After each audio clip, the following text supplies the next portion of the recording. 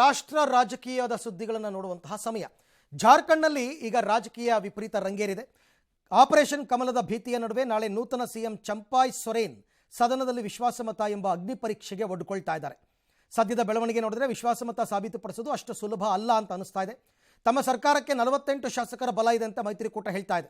ಆದರೆ ಜೆಎಂಎಂ ಶಾಸಕ ಲಾಬಿನ್ ತಾವು ಪಕ್ಷದ ಜೊತೆಗಿನ ಎಲ್ಲ ಸಂಬಂಧ ಕಡಿದುಕೊಂಡಿರುವುದಾಗಿ ಘೋಷಣೆ ಮಾಡಿಕೊಂಡಿದ್ದಾರೆ.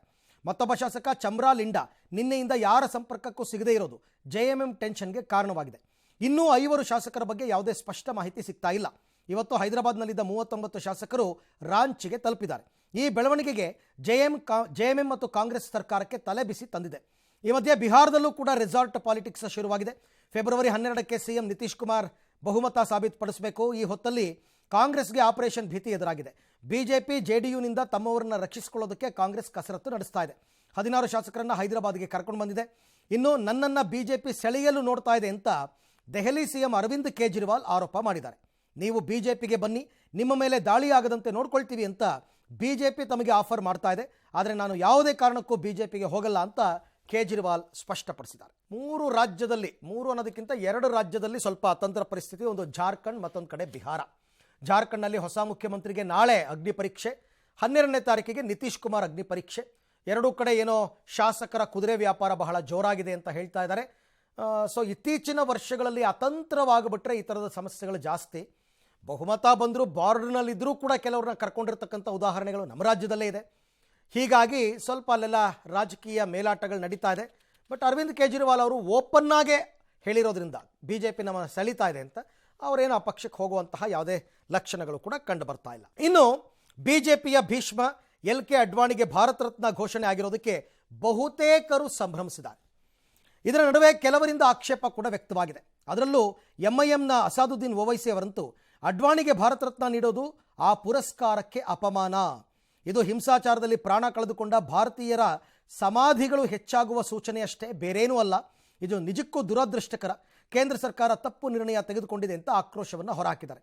ಅಲ್ಲದೆ 1990ರಲ್ಲಿ ಅಡ್ವಾಣಿ ರಥಯಾತ್ರೆ ಕೈಗೊಂಡ ನಂತರ ಹಲವು ಪ್ರದೇಶದಲ್ಲಿ ಉಂಟಾದ ಕೋಮು ಘರ್ಷಣೆಗಳು ಮತ್ತು ಇದಕ್ಕೆ ಬಲಿಯಾದವರ ವಿವರಗಳು ಓವೈಸಿ ಹಂಚಿಕೊಂಡಿದ್ದಾರೆ.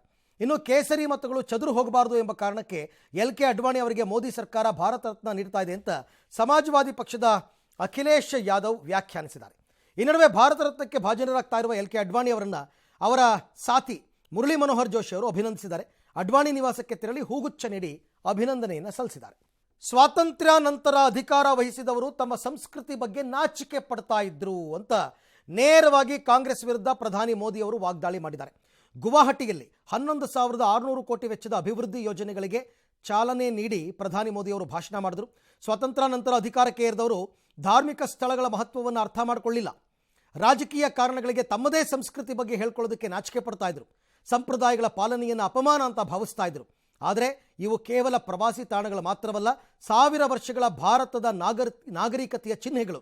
ಬಿಕ್ಕಟ್ಟನ್ನು ಎದುರಿಸಿ ದೇಶ ಹೇಗೆ ತಲೆ ಎತ್ತಿ ನಿಂತಿದೆ ಎಂಬುದನ್ನು ನೆನಪಿಸುವ ಗುರುತುಗಳು. ಕಳೆದ 10 ವರ್ಷದಲ್ಲಿ ಪರಿಸ್ಥಿತಿ ಬದಲಾಗಿದೆ ಎನ್ನುತ್ತಾ ತಮ್ಮ ಆಡಳಿತದ ಬಗ್ಗೆ ಪ್ರಧಾನಿ ಮೋದಿ ಬೆನ್ ತಟ್ಕೊಂಡಿದ್ದಾರೆ. ಕಾಶಿ ಜ್ಞಾನವಾಪಿ ಬಳಿಕ ಈಗ ಮಥುರಾ ಶ್ರೀಕೃಷ್ಣ ಜನ್ಮಭೂಮಿ ವಿವಾದ ಮತ್ತೆ ಮುನ್ನೆಲೆಗೆ ಬರ್ತಾ ಇದೆ. ಮಥುರಾದ ಕೃಷ್ಣ ಜನ್ಮಭೂಮಿಯನ್ನು ನಾಶ ಮಾಡಿದ್ದು ಮೊಘಲರ ದೊರೆ ಔರಂಗಜೇಬ್ ಎನ್ನುತ್ತಾ ಐತಿಹಾಸಿಕ ದಾಖಲೆಯನ್ನು ಪುರಾತತ್ವ ಇಲಾಖೆಯವರು ಹಂಚಿಕೊಂಡಿದ್ದಾರೆ. ಅಜಯ್ ಪ್ರತಾಪ್ ಸಿಂಗ್ ಎನ್ನುವರು ಸಲ್ಲಿಸಿದ್ದ RTI ಅರ್ಜಿಗೆ ಪುರಾತತ್ವ ಇಲಾಖೆ ಉತ್ತರವನ್ನು ಕೊಟ್ಟಿದೆ. 1670ರಲ್ಲಿ ಕೇಶದೇವನ ಮಂದಿರವನ್ನು ನಾಶ ಮಾಡಿ ಶಾಹಿ ಈದ್ಗಾ ಮಂದಿರವನ್ನು ನಿರ್ಮಿಸಲಾಗಿತ್ತು. 1920ರಲ್ಲಿ ನಡೆಸಲಾದ ಸಮೀಕ್ಷೆಯಲ್ಲಿ ಈ ಸತ್ಯ ಅನಾವರಣಗೊಂಡಿತ್ತು. 1920ರಲ್ಲಿ ಸಮೀಕ್ಷೆ ನಡೆಸಲಾದ 39 ಸ್ಮಾರಕಗಳ ಪೈಕಿ ಕೃಷ್ಣ ಜನ್ಮಭೂಮಿ ದೇವಾಲಯ ಸಂಕೀರ್ಣ 37ನೇಯದ್ದಾಗಿತ್ತು. ಇದೀಗ ಕೃಷ್ಣ ಜನ್ಮಭೂಮಿ ನಾಶಕ್ಕೆ ಸಂಬಂಧಪಟ್ಟಂತೆ 1920ರ ಸರ್ವೆ ದಾಖಲೆಗಳನ್ನು ASI ಹಂಚಿಕೊಂಡಿದೆ. ಶಾಹಿ ಈದ್ಗಾ ಮಸೀದಿಯಲ್ಲಿಯೇ ಮೊಘಲರ ದೊರೆ ಔರಂಗಜೇಬನು ನಮಾಜ್ ಮಾಡ್ತಾ ಇದ್ದ ಅಂತ ಕೂಡ ನಂಬಲಾಗಿದೆ. ಇನ್ನು ಉತ್ತರಾಖಂಡ್ ಸರ್ಕಾರ ಏಕರೂಪ ನಾಗರಿಕ ಸಂಹಿತೆ ಜಾರಿಗೆ ಎಲ್ಲ ಸಿದ್ಧತೆಗಳನ್ನು ಕೂಡ ಮಾಡಿಕೊಂಡಿದೆ. UCC ಜಾರಿ ಸಂಬಂಧ ಜಸ್ಟಿಸ್ RK ದೇಸಾಯಿ ನೇತೃತ್ವದ ಸಮಿತಿ ಮೊನ್ನೆನೇ ಉತ್ತರಾಖಂಡ್ ಸರ್ಕಾರಕ್ಕೆ ಕರಡು ವರದಿಯನ್ನು ಸಲ್ಲಿಸಿತ್ತು. ಇವತ್ತು ಈ ವರದಿಯನ್ನು ಸಿಎಂ ಧಾಮಿ ನೇತೃತ್ವದ ಸಂಪುಟ ಸಭೆ ಅಂಗೀಕರಿಸಿದೆ. ಮಂಗಳವಾರ ಸದನದಲ್ಲಿ UCC ಕರಡು ವರದಿ ಮಂಡನೆಯಾಗುತ್ತೆ. ಈ ವರದಿಯ ಪ್ರಮುಖ ಅಂಶ ಈಗ ಬಹಿರಂಗವಾಗಿದೆ.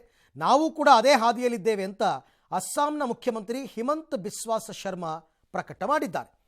ಹಾಗಾದರೆ ಉತ್ತರಾಖಂಡ್ನಲ್ಲಿ ಏಕರೂಪ ಕಾನೂನು UCC ಕರಡು ಪ್ರತಿಯಲ್ಲಿ ಏನಿದೆ ಅಂತ ನೋಡೋದಾದರೆ, ಪ್ರತಿ ಮದುವೆಗೂ ನೋಂದಣಿ ಕಡ್ಡಾಯ ಮಾಡಬೇಕು. ಎಲ್ಲೇ ಮದುವೆ ಆಗಲಿ ಸಂಪ್ರದಾಯಬದ್ಧವಾಗಿ ಮಾಡಲಿ ರಿಜಿಸ್ಟರ್ ಆಗಲೇಬೇಕು. ಪತಿ ಪತ್ನಿಗೆ ಸಮಾನವಾಗಿ ವಿಚ್ಛೇದನ ಕೋರುವ ಹಕ್ಕು ಇರುತ್ತೆ.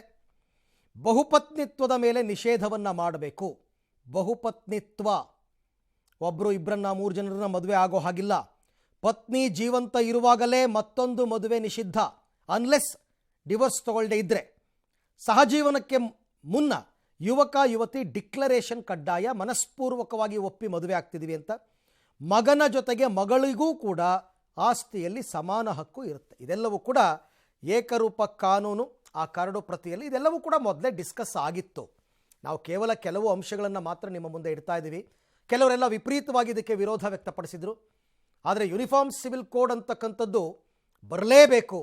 ಆಗಲೇ ದೇಶದಲ್ಲಿ ಸಮಾನತೆ ಅಂತಕ್ಕಂಥದ್ದು ಬರುತ್ತೆ. ಧರ್ಮಗಳಲ್ಲಿ ಸಮಾನತೆ ಆಗುತ್ತೆ.